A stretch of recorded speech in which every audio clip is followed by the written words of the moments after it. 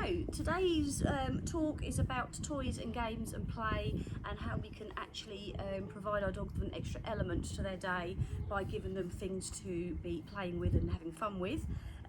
So what I wanted to do was talk to you about the different kinds of games that you can get for your dog and ways that you can play. Obviously there is things like play bonding, which we cover on this course already. You've got things like fetch and retrieve, which are great games to be playing if your dog plays them, but it does depend on what your dog likes, and it depends on what you've got available really. So you've got, Merlin, what are you after, baby? Merlin spotted something good. I don't know what. Merlin, good boy. What's this? People don't want to look at you that close. So you've got your actual toys that you can play with your dogs, and you can do something called search and find, and it is something we actively do in the intermediate level classes and above. What's the matter? You're being naughty. And so search and find is where you take an item, you ask your dogs either to stay, or you pop them in a different room, or someone holds onto them for you, and we have something that we can literally hide behind stuff. So you then pretend to hide it behind something like that, maybe under there, hide it behind here, leave it somewhere, and then either then ask your dog to go and find it, or bring your dog back into the room, etc., and ask your dogs to find. And you can stand near it to help your dogs if they haven't done it before, and they'll be looking, and then when they find the item, if it's a toy and they like to play with it, either that you can just praise them and they can run off with it, or you can have a game of tuggy with them, or if they bring it to you, you can throw it for them to fetch. That side's up to you at the end. But by doing something like this, you're giving them some brain work, a way of actually utilising their mind better, and scent work really does help tire dogs out, so this can be really great. If they normally have 2 walks a day, and at the minute they're now down to 1, then doing something like some scent work, some search and find is really good for getting your dog's mind going. So where you hide it is up to you. You could have a few boxes out, things like that. You could use garden furniture or furniture in the house initially just to hide it behind, and then as your dog gets better, you might be able to hide it slightly under something. So like this being like this, I might be able to hide it slightly under there for my dog to find. At the minute, they're still learning what to do. I want the scent to get out, I want them to get it right, I want them to enjoy the game. Gradually, as they get better and better and better, you might then be able to put it maybe inside a box perhaps. You might be able to have it kind of inside the top of something for your dogs to reach out. You can have it slightly off the ground. You know, you can then build it up and build it up. If you've got cones with holes in them, you could use something like that because the scent can get out. If you're using cardboard boxes, you can maybe put a couple of holes in the top and then put it underneath the box. So gradually you'd build that up slowly but surely, and that's a really good way of wearing your dogs out, but obviously you can be part of that as well. Okay, so search and find is one way of working with your dogs on top of things like retrieve and play bonding. Then we come into the interactive toys, which are all the things I've got here. My dogs have got a few of them. So interactive toys basically are toys for dogs where you put food inside them.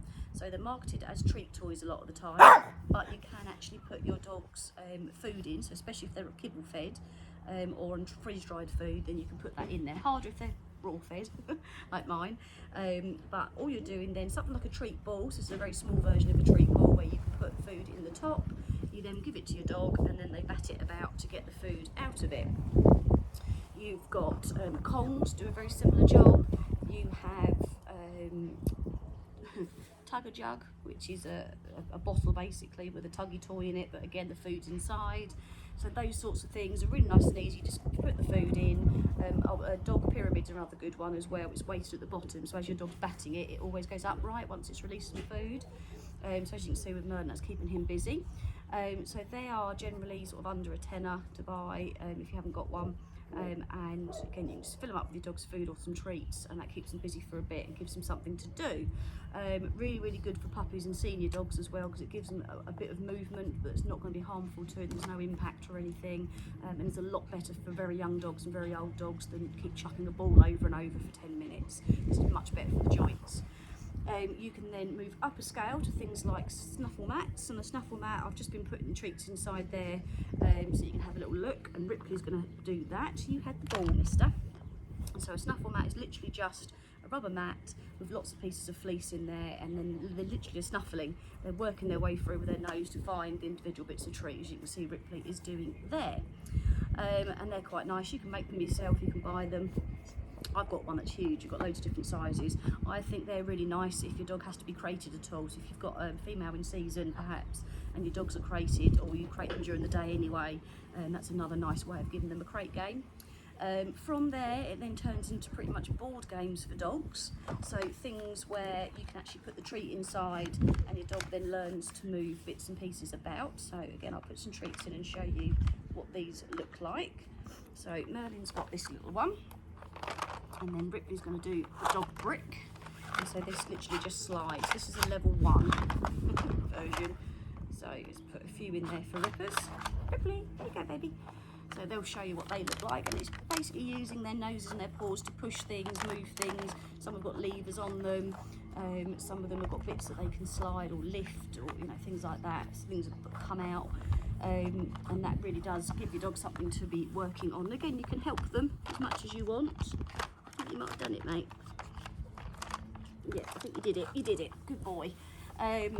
So it could be something, if you've got a new dog, if you've recently had a rescue dog in the last sort of few weeks, something like this, if they're happy with you being near them with food, a really nice way of bonding, because you can be helping your dog out and they can see that you're helping, and that can build the relationship. Really good with puppies because it helps them to see that they're sharing things with you.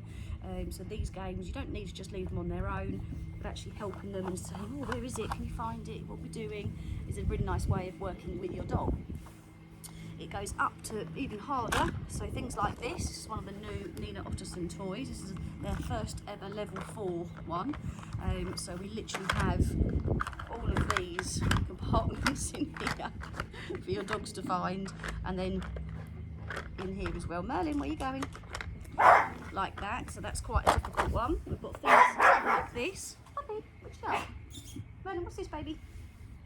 Do you want this? Come on. Good boy. Things like this. This is a Trixie one, so Trixie make quite a few. So they've got things that they can pick up and put over. Merlin, what's the matter, baby? Come on. You're silly. You can find things in there, look. Or Ripley will find it for you.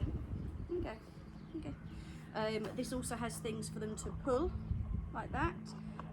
Some dogs might just use their brute force and use their feet. But if you have taught your dog how to pull something, can you pull it? Ripley, pull. That's a paw. Pull it. Here, pull. Good go. That's it. Yay! Then that has several areas, and then the treats come out the bottom. And this is sausage, and then you get stuck. There you go. So I don't know if you can see there, Ripley just pulled that with her mouth. But I do teach mine to pull things with their mouths. So then you've got things like this, or levers that they have to push up with their nose, and the treat comes out the top, and things like that. So it's then utilising other skills that your dog might have already learned, so paw targets and nose targets. So they then have to work a little bit harder while looking for the pieces of food. This sort of thing I would recommend that you do supervise and help your dogs with, because there's so many elements to it. Things like the snuffle mat, you might be okay if you need to sort of go off and check on the dinner or something, but again, I wouldn't leave these sorts of things lying around because they're not chew proof. But things like this, really, Merlin, come on mate, really great for keeping your dog occupied, particularly when you have a terrier that's gobbing off at every noise he can currently hear. What is it you're listening to? Another thing you could do, and this is just a little idea, if you've got